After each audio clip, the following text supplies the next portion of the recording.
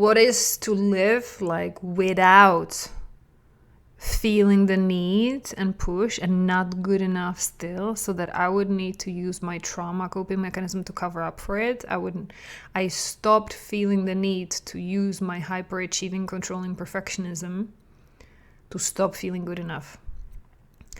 Only once you get to that point, then you will be able to enjoy more. Then you will be able to fully benefit from your strengths, planning, caring a lot, like loving your family more than anything else in the world. But you will also stop being the victim of that. You will be able to become one of the participants of the experience. That you're fully there with your family, enjoying it. You're not just the victim that needs to suffer through it, or the one who takes responsibility for everything, including the weather.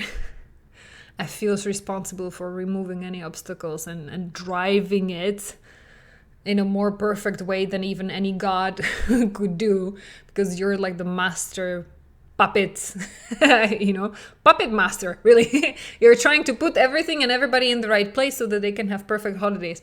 Once you stop taking responsibility for that, and you can be one of the actors on the field, not just an observer or puppet master, then you will understand what I mean. And this is my wish for you. Because secretly, I'm not just doing it for you. Yes, I care about you. I love you. If you're still listening here, and maybe this is not even your first or even like 10th podcast episode, I know there are a lot of you who are like binge listening to this podcast for years. I appreciate you, and I want to help you because I know exactly how it used to feel, and I'm still a work in progress. So I'm not putting myself on a pedestal, but secretly, I'm not even doing it for you. I'm really doing it for our kids. Because I wish somebody did that for my mom. Like 40 years ago.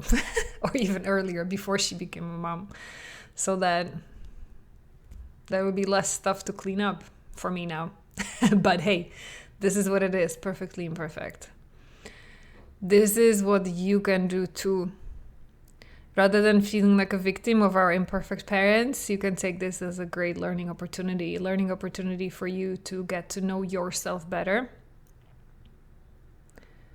Heal as much as you can so that the heritage you give to your kids is as trauma-free as possible.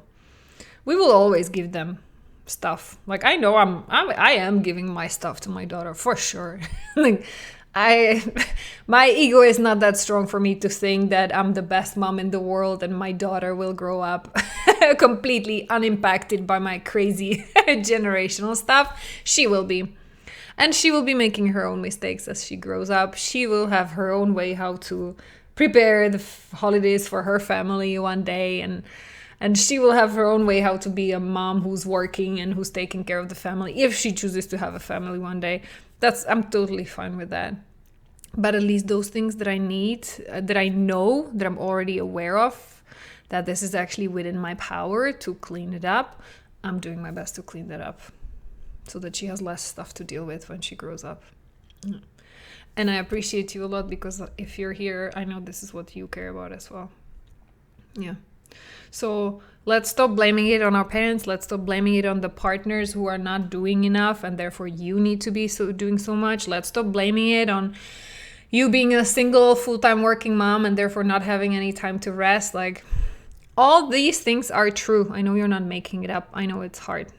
I cannot imagine. Like, the stories that I hear every week, every day from women who want to talk to me because they need help, those stories are heartbreaking. And you're not making it up. It is tough. You're not playing a victim. However, once you realize where's the point of where you can have some power over it and where it is fully under your control to go and change it, one of these things is your hyperachiever, perfectionist, controller patterns from your childhood, then let's freaking do it. Can you imagine how much more energy it would free up for you? How much more time, how many more opportunities for taking a break, resting before you start running again? How much more of that you could create in your life if you only felt good enough? If you felt you have nothing to prove to anybody? If you knew that your kids actually more than perfect activities, worksheets, trips, more than getting them bigger quantity of that, they would actually appreciate more quality time with you, especially the younger they are.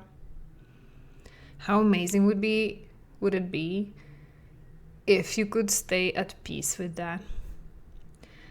And if you could take that quote, less is more, if you could start applying some of that without feeling like you're being lazy or that you're not doing enough, how amazing would that be? So this is my invitation for you, amazing supermom. Less is more. At whatever time of day or night you're listening to this podcast, I'm going to invite you. Start with baby steps. What is on your to-do list for the next 4 or 5 hours? And which of these things wouldn't be there if you already felt you were good enough? If you were not afraid of being judged, if you were not afraid of saying no, if you were not doing it because you want people to say thank you and you want them to love you because secretly underneath you don't feel worthy of love. Check your to-do list. Less is more.